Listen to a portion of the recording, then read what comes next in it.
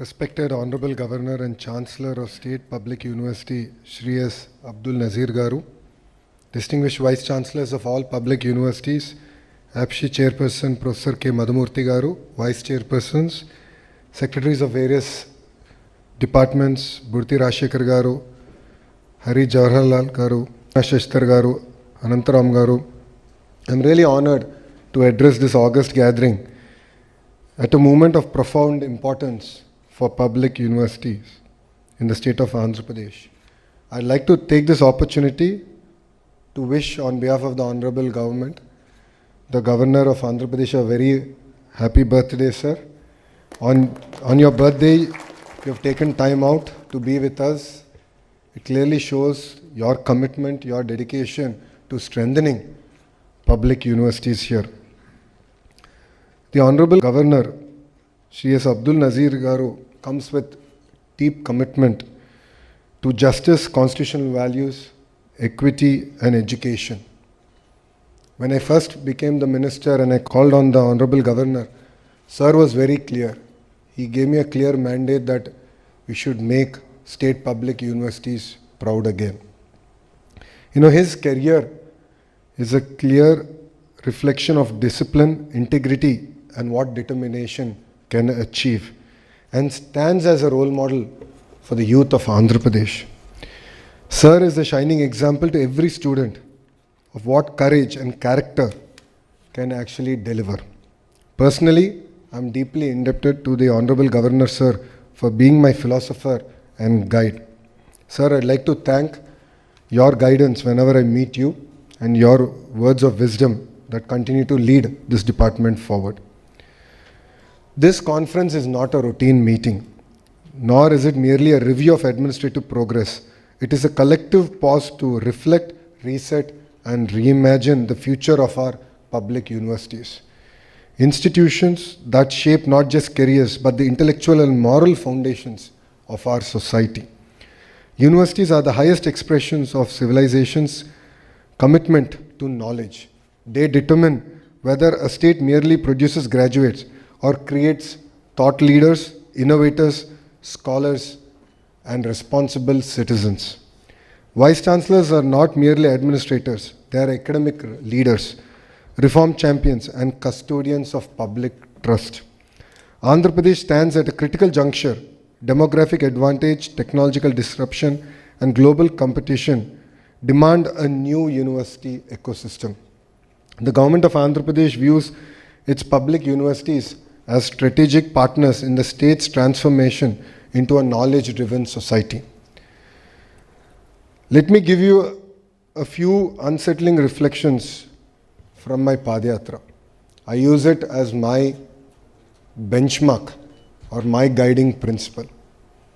I met the youth of Andhra Pradesh. I've understood their aspirations. Majority of them have certificates in their hands, but are as confused as they were when they entered higher education as they exited. Lack of clarity in terms of their career, lack of clarity in terms of what are the opportunities that the world has to offer is something that I could see. Many of them are first generation learners. Many of them come from rural backgrounds. All of them had degrees, but they still have uncertainty in their eyes. And all of them ask me this question. I have studied with great sincerity. I am here. But where do I belong now? What is my future? You know, when I was asked by the Honorable Chief Minister on the options of portfolios, as a minister, I personally requested that I be given HRD, because I believe that this is the portfolio where true transformation can actually happen. And this portfolio can not only shape the future of youth, but actually make them leaders of not only our great land, but also global leaders. So when I met the Honorable HRD Minister in Government of India, Dharmendra Pradhan ji, he jokingly said that this is the first time he has seen a political heavyweight being given HRD. And I merely stated to Sir that this is the importance and seriousness with which we are treating the entire HRD ecosystem in the state of Andhra Pradesh. I want to focus on 5 core issues in higher education. First is what is taught and what is needed. The issue of relevance deficit. Access without quality education is the challenge we are seeing today. Obsolete and static curriculum is the second challenge that I personally have seen. And a low global competitiveness in our degrees. As all of you know, I'm lucky to have an MBA from Stanford University, and recently I hosted Stanford alumni and current students over a dinner. And to my surprise, I got to know that Stanford, the Graduate School of Business, which runs the MBA program, revised its entire curriculum all over again.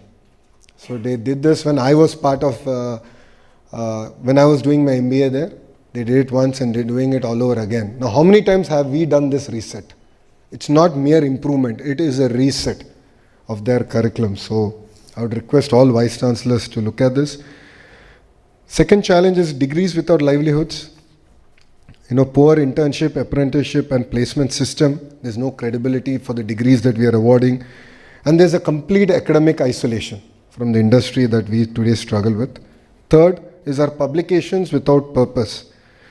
Research, innovation and knowledge impact gap continues. Research quantity is focused more than on the impact of the research that is being done. Weak innovation and startup ecosystems in our institutions. Poor IPR, patenting and commercialization is the other challenge I see under this bucket. Fourth is administration over academics. Inordinate time is going to focus on administration and not on academics.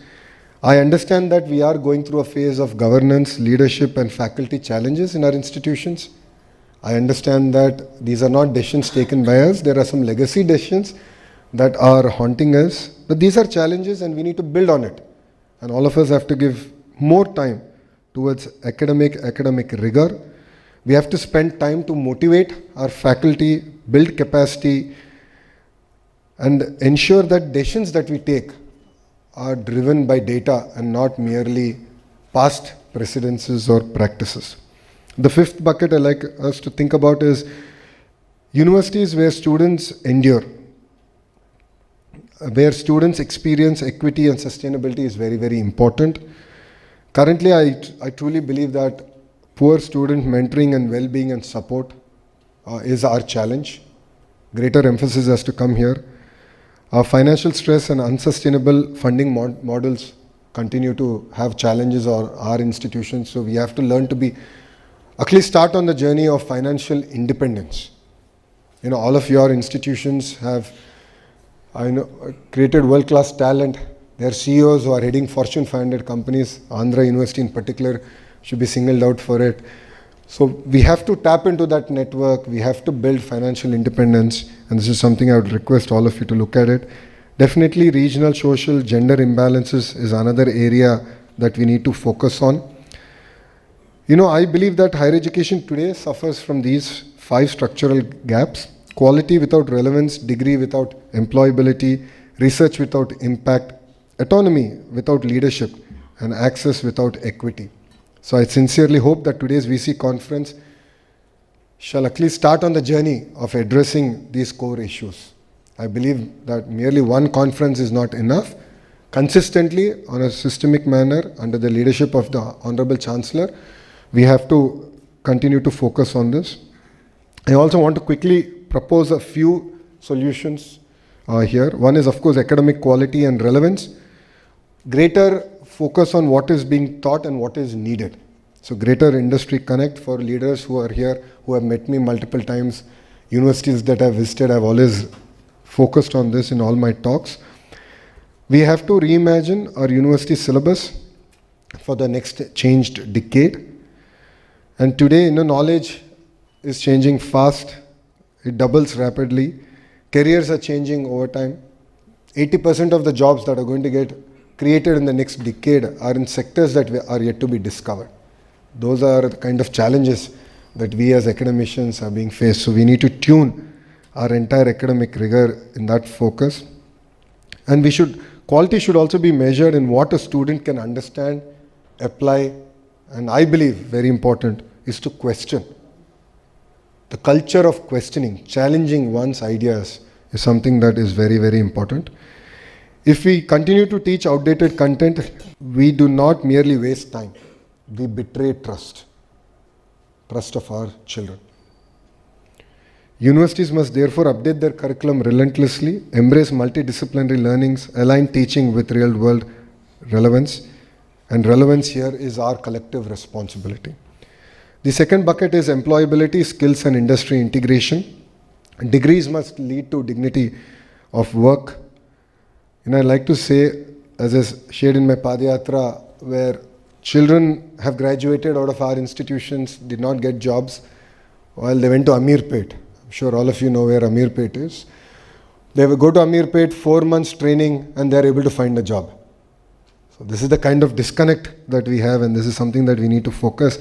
This gap is not the student's failure, it is our institutional failure. And this is the area that we need to overcome. Universities must stop functioning as isolated islands of theory.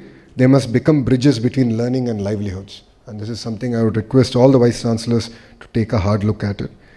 And internships, apprenticeships, industry design courses, alumni mentoring are no longer optional or add-ons. I believe that they are going to be core to our entire academic responsibility. Third bucket is research, innovation and knowledge impact, moving from publications to purpose. So research is the soul of a university, but let us be honest, if research remains confined to journals, only few read it and very few use it. So we must also ask ourselves, whom are we serving? True purpose of research is not promotion but problem solving. Water stress, climate vulnerability, agriculture productivity, value chains, public health, nutrition challenges, urbanization, sustainability. These are the challenges that we now need to solve. And universities must respond not as spectators but as solution builders. Innovation, startup, patents and technology transfers are not distractions from academia. They are extensions of our academic responsibility. I was asked this question in any admissions event I do on behalf of Stanford University. They asked me, why Stanford? And the major reason I keep saying is that one, we attract global talent, but the second is there's greater learning outside of classroom than there is in the classroom. So a lot of conversations that I had with my peer group, a lot of the learnings, cultural learnings that I have gained was outside the classroom, over a lunch, over a dinner, while we used to drive from one class to other class or walk from one classroom to the other classroom. So these are things that we need to build more and more in our institutions. The fourth bucket is, of course, governance, leadership and faculty excellence. No institution can rise above the quality of leadership. To all the Vice Chancellors here, all of you know, under the leadership of the Honorable Chancellor, the process of appointment was done in a very transparent manner because we believe in your background, the academic rigor, the focus that you will bring to these great institutions. I understand that, there will be routines, there will be files, but you have to rise beyond that. You have to rise beyond that to become custodians of academic consciousness and drivers of transformation. Autonomy does not mean absence of accountability. I think they're very clear words. As all of you are aware, it means freedom to excel and courage to decide. This is very, very important to us. And faculty is going to be very core and heart to our entire reform process. So it's very important to engage with them, talk to them, coordinate with them, and ensure that excellence is recognized and not mediocrity. And we must ask a few questions. Are our best teachers being enabled? Are decisions being guided by data or by habit? Strong universities are built not on control, but on trust, transparency, and leadership clarity. Last bucket I like to touch upon is student experience, equity, and sustainability. Universities are where students actually experience. It's very important that students should feel supported, not intimidated, mentored, not abandoned, inspired, not anxious. Mental well-being, mentoring, digital access and inclusion are no longer peripheral concerns, they are central to academic success. At the same time, universities must be financially sustainable, diversify resource, engage alumni and serve regional development needs. A university that ignores students experiences risk of becoming irrelevant no matter how old or prestigious it is. So I would request all vice chancellors to also designate open house program where at least a few hours a week you spend time interacting with students. You can create it as a structured program, unstructured program, but greater interaction is what is very, very important. I think we have a lot to learn from students today. They come with a lot of ideas, they understand the challenges, they know the solutions. We as leaders should only focus on implementing those solutions. I believe that these 5 reforms that I'm proposing are not separate agendas, they are one unified truth. Quality without relevance is hollow. Degrees without employability are unjust. Research without impact is empty. Autonomy without leadership is dangerous, and access without equity is incomplete. So I'd request all the vice chancellors to spend some time to ensure that you personally track and deliver on these key buckets. And as we have said, today there's a clear agenda in front of us. Few of you have come prepared with presentations on how you believe we as a larger ecosystem can work together, learn from each other, engage, and definitely create world-class state universities. I would like to repeat, world-class public universities. This is the core. This was the clear mandate given to me by our Honorable Chancellor, sir, when I met him. He said, I want world-class state universities, world-class public universities. And all of us together only can achieve it. And the choices we make today will shape not just institutions, but the confidence of an entire generation. Our responsibility is not just to award certificates, but to shape capable professionals, confident citizens, and ethical leaders. Let history say that this was the moment when universities chose purpose over comfort, reform over routine, and leadership over complacency. So finally, your autonomy will be protected, excellence will be rewarded, and accountability will be enforced. And I would like to assure the Honorable Chancellor, sir, under your leadership, we will work together to make our state public universities proud and make you proud personally, sir. I have taken it to heart, the feedback that you've always shared with me.